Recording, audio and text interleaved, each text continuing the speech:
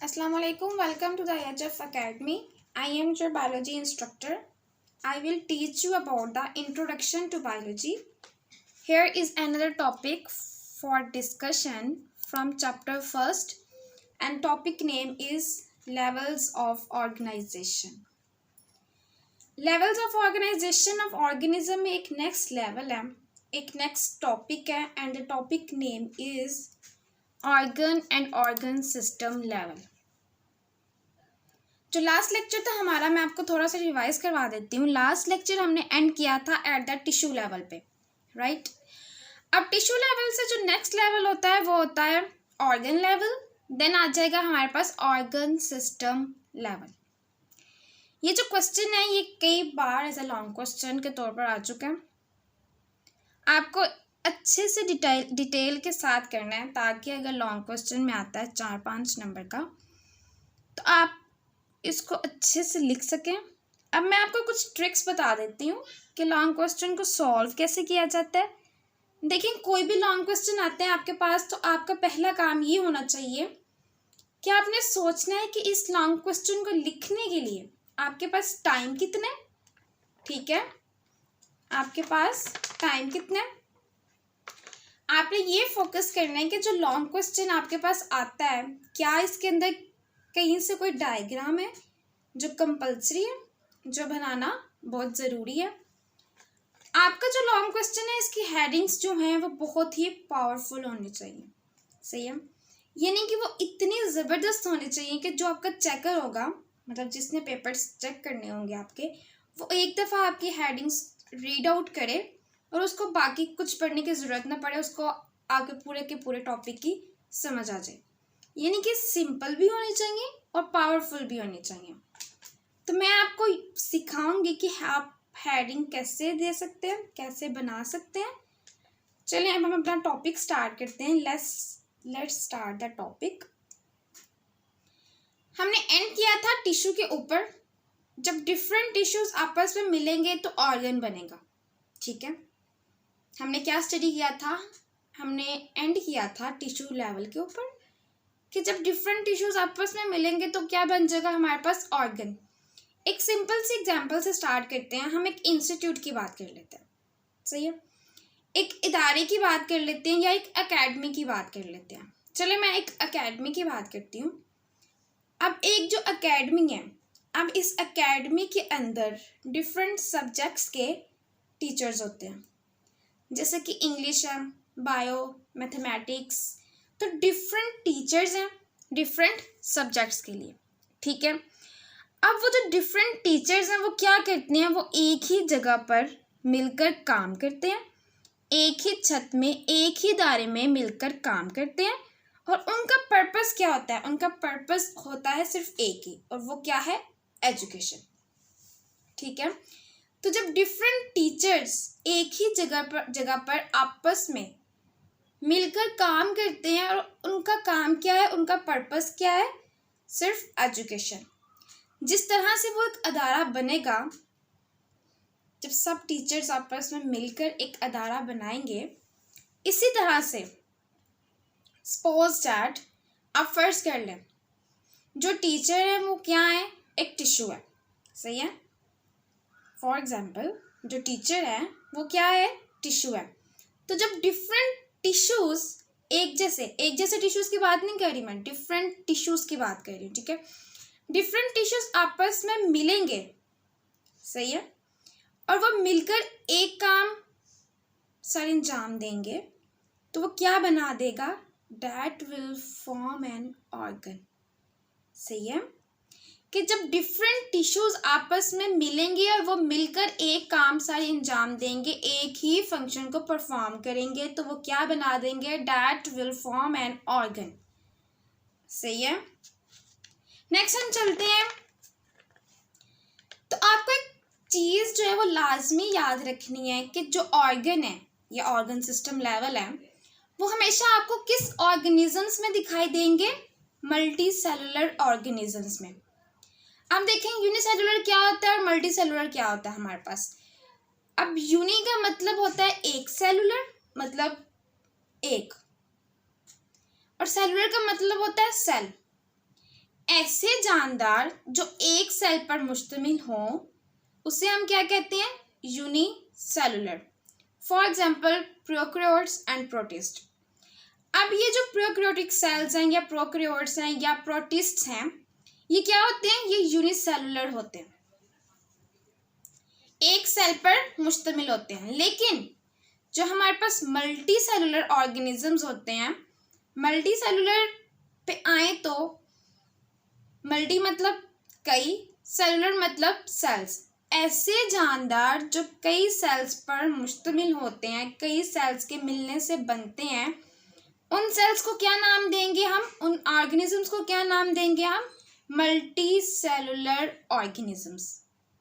ठीक है, हमने पहले बात की यूनी की, अब हम बात कर रहे हैं मल्टी की। यूनी मतलब जो एक सेल पर कंसिस्ट होता है, और मल्टी सेलुलर मतलब जो बहुत सारे सेल से मिलकर बनता है, बहुत सारे सेल्स पर कंसिस्ट करता है। ठीक है, फॉर एग्जाम्पल अगर मैं यहाँ ह्यूमंस की एग्जाम्पल दूँ या एनिमल्स की एग्जाम्पल लूँ, तो जितने भी एनिमल्स हैं वो सबके सभी मल्टी सेलुलर ऑर्गेनिजम्स होंगे।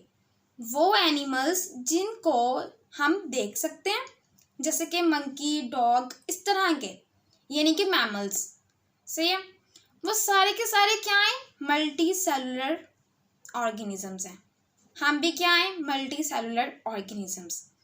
अब हम मल्टी सेलुलर ऑर्गेनिजम्स कैसे हैं? हमारी बॉडी में कई तरह के सेल्स हैं। आई सेल है, स्किन सेल है, बोन सेल है। सही है, हमारी बॉडी में बहुत सारे सेल्स हैं। इसके अलावा हमारा स्टमक का सेल आ गया, ब्रेन सेल, नर्व सेल। तो हमारी बॉडी के अंदर बहुत सारे सेल्स हैं, मिलियन ट्रिलियन सेल्स हैं जो आपस में मिलकर काम करते हैं। इसका मतलब है कि हम क्या हैं? हम मल्टी सेलुलर ऑर्गेनिजम्स हैं।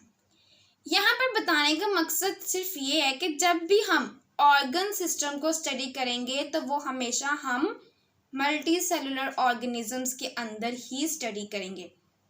जो यूनिसेलुलर ऑर्गेनिजम्स होते हैं वो तो सिर्फ सेल लेवल तक महदूद होते हैं, मतलब उनका काम है कि वो सिर्फ सेल लेवल तक रहते हैं। सही है, इससे आगे वो नहीं आते। क्यों? क्योंकि यहाँ पर वो एंड ही कहाँ होते हैं? यूनिसेलुलर। यूनिसेलुलर का मतलब एक ही सेल तक वो क्या रहेंगे? महदूद रहेंगे, महदूद होंगे, सेल लेवल से वो आगे नहीं जाएंगे। ठीक है, अब टिश्यू लेवल जब सेल मिलेंगे तो ही टिश्यू बनेंगे। तो यहाँ पर वो सेल लेवल पे एंड हो रहे हैं। कौन एंड हो रहे हैं? Unicellular organisms. यहाँ पे कहाँ पे एंड हो रहे हैं? सेल लेवल पे एंड हो रहे हैं। और मल्टी सेलुलर ऑर्गेनिजम्स, और जो मल्टी सेलुलर ऑर्गेनिजम्स है हमारे उसके अंदर हम किसको स्टडी करेंगे? ऑर्गन सिस्टम को स्टडी करेंगे। ठीक है, यहाँ पर हमने बात की यूनिसेलुलर की और मल्टी सेलुलर ऑर्गेनिजम्स की। अब यहाँ पे क्या होगा? इनके अंदर किसी भी किस्म का, मैं बात कर रही हूँ यूनिसेलुलर ऑर्गेनिजम्स की। ठीक है, मल्टी की तो हमने बात कर ली, अब मैं बात कर रही हूँ यूनिसेलुलर ऑर्गेनिजम्स की। अब इनके अंदर क्या होगा? इनके अंदर किसी भी किस्म का ना तो टिश्यू लेवल होगा, ना ही ऑर्गन, और ना ही जो नेक्स्ट लेवल में से कोई भी लेवल इनके अंदर होगा। ठीक है, तो हम स्टार्ट कहाँ से करेंगे? हम स्टार्ट यहाँ से करेंगे कि जो ऑर्गन सिस्टम लेवल है वो किन ऑर्गेनिजम्स में होंगे। That will be present in the multicellular organisms। ठीक है, मतलब ये है, टॉपिक समझाने का मतलब ये है कि जो यूनिसेलुलर ऑर्गेनिजम्स हैं और जो मल्टीसेलुलर ऑर्गेनिजम्स हैं, यूनिसेलुलर जो ऑर्गेनिजम्स हैं वो सेल लेवल की हद तक महदूद रहेंगे, वो आगे नहीं जाएंगे, मतलब वो ऑर्गन सिस्टम लेवल पे नहीं जाएंगे। ऑर्गन सिस्टम लेवल पे कौन से सेल्स आएंगे? Multi cellular organisms. सही है, और जो यूनिसेलुलर ऑर्गेनिजम्स हैं ना तो उसमें टिश्यू लेवल होगा, ना ही उसमें कोई ऑर्गन लेवल होगा, ना ही जो नेक्स्ट लेवल हम स्टडी करेंगे वो लेवल होंगे। क्लियर? तो पहला पॉइंट क्या आ गया हमारे पास कि वो हमेशा मल्टीसेलुलर ऑर्गेनिजम्स में होंगे। कौन? Organ system level. ठीक है, दूसरा पॉइंट ये कि डिफरेंट टिश्यूज आपस में मिलेंगे और मिलकर क्या करेंगे? एक काम सर अंजाम देंगे, एक काम परफॉर्म करेंगे, एक फंक्शन परफॉर्म करेंगे, वो क्या बना देंगे? ऑर्गन बना देगा। तो अभी हम ऑर्गन को देखने वाले हैं। अभी हम ऑर्गन की बात करेंगे। ठीक है, multicellular organisms, more than one type of tissue having related functions or organized together and make a unit called organ. Same होता कुछ इस तरह से है कि जब डिफरेंट टिश्यूज आपस में मिलेंगे तो वो क्या करते हैं, वो एक ही काम करते हैं. हम उनको क्या नाम देंगे? It will called an organ.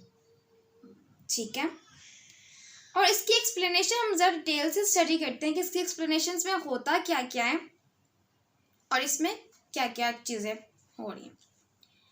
Right that the organ level of organization is present in the multicellular organisms.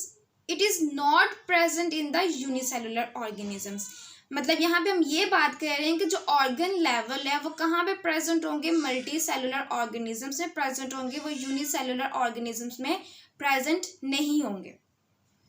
So why we can say that in unicellular organisms the organ system level is absent. हम ये बात क्यों कह रहे हैं? हम ये क्यों कह रहे हैं कि जो यूनिसेलुलर ऑर्गेनिजम्स हैं वो ऑर्गन सिस्टम लेवल में क्यों एब्सेंट हैं?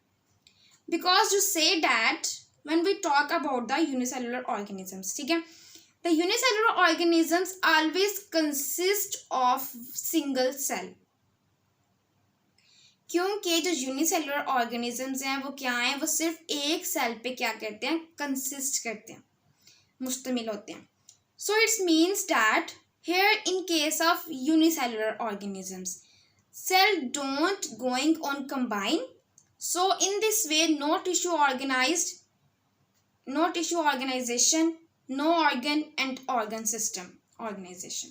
ठीक है, मतलब कहने का ये है कि यूनिसेलुलर ऑर्गेनिजम्स में ना ही कोई सेल आपस में कंबाइन करेगा, ना ही वो कोई टिश्यू के लेवल पे जाएगा, ना ही वो ऑर्गन लेवल पे जाएगा, ना ही वो ऑर्गन सिस्टम लेवल पे जाएगा. ये सारा का सारा काम किस में होगा? मल्टी सेलुलर ऑर्गेनिजम्स में. यूनिसेलुलर ऑर्गेनिज्म सिर्फ सेल लेवल की हद तक ही रहेगा, वो टिश्यू लेवल पे नहीं आएगा. समझ आ गई? अब हम बात करते हैं in case of multi cellular organisms की. The whole phenomena is reverse. मतलब यूनिसेलुलर ऑर्गेनिजम्स में ये था ना कि उसमें टिश्यू भी नहीं जा रहा था, ऑर्गन भी नहीं जा रहा था, ऑर्गन सिस्टम लेवल भी इसमें नहीं जा रहा था. ठीक है, लेकिन जो मल्टी सेलुलर ऑर्गेनिज्म है वो बिल्कुल इसके कह दो ऑपोजिट है. सही है, बिल्कुल इसके रिवर्स है. So we can say that only multi cellular organisms possess the organs. ठीक है, अब यहाँ पे हम एग्जाम्पल लेते हैं. What is the example of multi cellular organisms? Like that of human. हमारी बॉडी के अंदर जो ऑर्गन है उसके एग्जाम्पल क्या है? काफ़ी सारे हमारी बॉडी के अंदर ऑर्गन्स हैं, जैसे कि हमारा स्टमक, हमारा ब्रेन, हमारे लंग्स, इसी के साथ साथ हमारा हार्ट, मतलब काफ़ी सारे ऑर्गन्स हैं. अब यहाँ पर प्रॉब्लम ये है कि आप कह सकते हैं कि मैम हम एक्सेप्ट नहीं करते कि स्टमक एक ऑर्गन है. मतलब आप ये कह सकते हो कि हम ये एक्सेप्ट ही नहीं कर रहे, हम ये मान ही नहीं रहे कि स्टमक जो है वो एक ऑर्गन है. तो जाहिर सी बात है अगर आप ये बोलोगे तो जाहिर सी बात है प्रूफ करना पड़ेगा. प्रूफ मैं तभी कर सकती हूँ, आप भी तभी मानेंगे कि स्टमक एक ऑर्गन है अगर स्टमक के अंदर क्या होंगे? अगर स्टमक के अंदर डिफरेंट टिश्यूज प्रेजेंट होंगे. क्योंकि डेफिनेशन में हमने ये कहा था, 3 शर्तें हैं इसकी. हमने डेफिनेशन में इसकी ये कहा था कि जो मल्टी सेलुलर ऑर्गेनिजम्स होंगे, हम मल्टी सेलुलर ऑर्गेनिजम्स हैं, हमारे अंदर स्टमक है. ठीक है, इसका मतलब ये है कि पहली शर्त क्या होगी? कंप्लीट होगी. पहला पॉइंट क्या हो गया? कंप्लीट हो गया. वो ये कि हम क्या है? मल्टी सेलुलर ऑर्गेनिजम्स हैं और हमारे अंदर स्टमक प्रेजेंट है. अगर स्टमक एक ऑर्गन है तो इसके अंदर क्या होना चाहिए? इसके अंदर होने चाहिए डिफरेंट टिश्यूज. अगर स्टमक एक ऑर्गन है तो इसको सिर्फ एक ही काम परफॉर्म करना चाहिए. तो हम देखते हैं स्टमक को कि क्या वो एक ही काम परफॉर्म कर रहा है कि नहीं, कि क्या स्टमक सच में एक ऑर्गन है या नहीं. Stomach as an organ. सही है, जैसे कि आपको इसके डायग्राम से भी पता चल रहा होगा कि स्टमक एज एन ऑर्गन. अब हम स्टमक को स्टडी करते हैं, स्टमक को देखते हैं. सही है, अच्छा जी, स्टमक एक ऑर्गन है क्यों? पहली शर्त तो फुलफिल हो गई है कि स्टमक एक ऑर्गन है, हम मल्टी सेलुलर ऑर्गेनिजम्स हैं और हमारे अंदर स्टमक प्रेजेंट है। तो फर्स्ट पॉइंट इसका क्या हो गया, क्लियर हो गया। सेकंड पॉइंट जो है वो मैं फुलफिल करवाती हूँ, क्योंकि जो ऑर्गन होता है वो हमेशा मिलकर बनाता है या बनता है टिश्यू से, और स्टमक एक ऑर्गन है किस लिए, बिकॉज ये भी एक टिश्यू से मिलकर बना है। ठीक है, stomach is also consist on 2 different types of tissues. ठीक है, जो स्टमक है वो क्या करता है, कंसिस्ट करता है 2 डिफरेंट टाइप्स ऑफ टिश्यूज पे। जैसे कि आपको यहाँ पे उसकी 2 डिफरेंट टाइप्स नजर आ रही हैं, epithelial tissues and muscular tissues. ठीक है, या फिर हम एपिथेलियल टिश्यूज को हम ग्लैंडुलर टिश्यूज भी कहते हैं। देखिए 2 डिफरेंट टिश्यूज आ गए हैं। अब इन दोनों टिश्यूज का जो काम था वो सेपरेट था। फॉर एग्जाम्पल, जो ग्लैंडुलर टिश्यूज थे उनका काम क्या होता है, सिक्रेशन को रिलीज करना। हार्मोन्स को, एंजाइम्स को, केमिकल्स को कौन रिलीज करेगा, इसको जो रिलीज करेगा वो होगा हमारे पास ग्लैंडुलर टिश्यूज, एपिथेलियल टिश्यूज, जो ग्लैंड्स होते हैं। ठीक है, आगे हम बात करते हैं मस्कुलर टिश्यू की। मस्कुलर टिश्यू का काम होता है मूवमेंट में हेल्प करना। अब देखिए दोनों के काम क्या है, सेपरेट है। ऐसा नहीं है कि दोनों मूवमेंट में हेल्प कर रहे हैं, और ऐसा भी नहीं है कि दोनों सिक्रेशंस रिलीज कर रहे हैं उसमें हेल्प कर रहे हैं। अब दोनों टिश्यूज का काम क्या है, डिफरेंट है।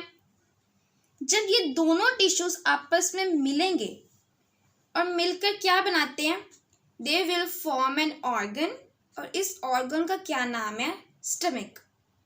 मतलब हमारे पास टिश्यूज में 2 टाइप्स हैं, एपिथेलियल ग्लैंडुलर टिश्यूज और मस्कुलर टिश्यूज। एपिथेलियल जो ग्लैंडुलर टिश्यूज है वो क्या करता है, वो हार्मोन्स सिक्रेशन को रिलीज करवाता है। हार्मोन्स को, एंजाइम्स को, केमिकल्स को कौन रिलीज करवाता है, ग्लैंडुलर टिश्यूज, मतलब एपिथेलियल टिश्यूज। और मस्कुलर का क्या काम है कि वो मूवमेंट में हेल्प करता है। तो जब अब दोनों टिश्यूज का काम क्या है, डिफरेंट है। जब ये दोनों टिश्यूज आपस में मिलेंगे और मिलकर क्या बना देंगे, they will form an organ, और इस ऑर्गन का क्या नाम है, इस ऑर्गन को हम क्या नाम देंगे, स्टमक का। और ये बात यहाँ पे प्रूफ हो गई है कि जो आपके पास जे शेप्ड ऑर्गन होता है, जैसे कि आपको इस डायग्राम में नजर आ रहा है कि जो हमारे पास जे शेप स्टमक का जो ऑर्गन है वो हमारे पास किस शेप में होता है, जे शेप में। ठीक है, सही है। आपको इसके वॉल्स के अंदर, मतलब स्टमक के वॉल्स के अंदर आपको ग्लैंडुलर टिश्यूज देखने को मिलेंगे। ग्लैंडुलर टिश्यूज के साथ साथ जो आपको टिश्यू देखने को मिलेंगे, that will also known as the muscular tissue। सही है, हमने यहाँ बात की जे शेप्ड ऑर्गन की, कि इसके अंदर, स्टमक की वॉल्स के अंदर क्या प्रेजेंट होंगे, ग्लैंडुलर टिश्यूज भी देखने को मिलेंगे और साथ साथ ही आपको मस्कुलर टिश्यूज भी देखने को मिलेंगे। अब देखें दोनों टिश्यू का काम क्या होता है, दोनों टिश्यूज मिलकर काम क्या करते हैं, दोनों के मिल के काम करने को क्या कहते हैं हम, इनका एक ही काम है। जब दोनों टिश्यूज आपस में मिलते हैं तो उनका क्या काम है, डाइजेशन ऑफ फूड। मतलब दोनों मिलकर क्या रोल प्ले कर रहे हैं, डाइजेशन ऑफ फूड। यानी कि जो खुराक आप खाते हैं उस खुराक को डाइजेस्ट करने का जिम्मेदार कौन होता है, वो होता है हमारा स्टमक। इसका मतलब है कि इसका पर्पस क्या हुआ, एक अलबत्ता इसके अंदर डिफरेंट टिश्यूज हैं लेकिन इन सब का पर्पस एक ही है। मतलब हमारे बॉडी के अंदर डिफरेंट टिश्यूज हैं लेकिन इनका पर्पस एक ही है, और वो पर्पस क्या है, डाइजेशन ऑफ फूड। इसका मतलब जो स्टमक है वो एक ऑर्गन है। सही है, मतलब यहाँ पे ये बात एक्सेप्ट कर ली गई है, एक्सेप्ट की गई है कि जो स्टमक है वो क्या है, हमारे पास एक ऑर्गन है। और कुछ हमने यहाँ पे इसकी डायग्राम में देखा कि वो जे शेप्ड ऑर्गन है, उसके अंदर क्या होता है, उसके अंदर ग्लैंडुलर भी होता है, उसके अंदर एपिथेलियल टिश्यूज, मस्कुलर टिश्यूज भी होते हैं उनकी वॉल्स में। और वो क्या काम करते हैं, दोनों जब आपस में मिलते हैं टिश्यूज, और वो क्या काम करते हैं, वो काम करते हैं हमारे पास डाइजेशन ऑफ फूड का। ठीक है, अब हम बात करते हैं ऑर्गन सिस्टम लेवल की। ठीक है, अब हम किसकी बात करेंगे? ऑर्गन सिस्टम लेवल की।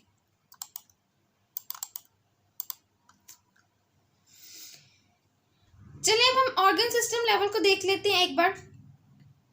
वैसे तो हमारी बॉडी के अंदर डिफरेंट ऑर्गन सिस्टम्स मौजूद हैं। पहले हम ये डिफाइन करेंगे कि ऑर्गन सिस्टम बनता किससे है और इसमें हम क्या क्या स्टडी करेंगे।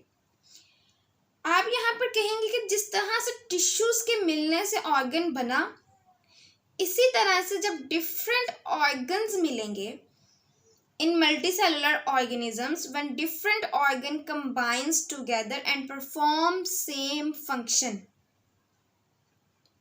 सही है, ठीक है।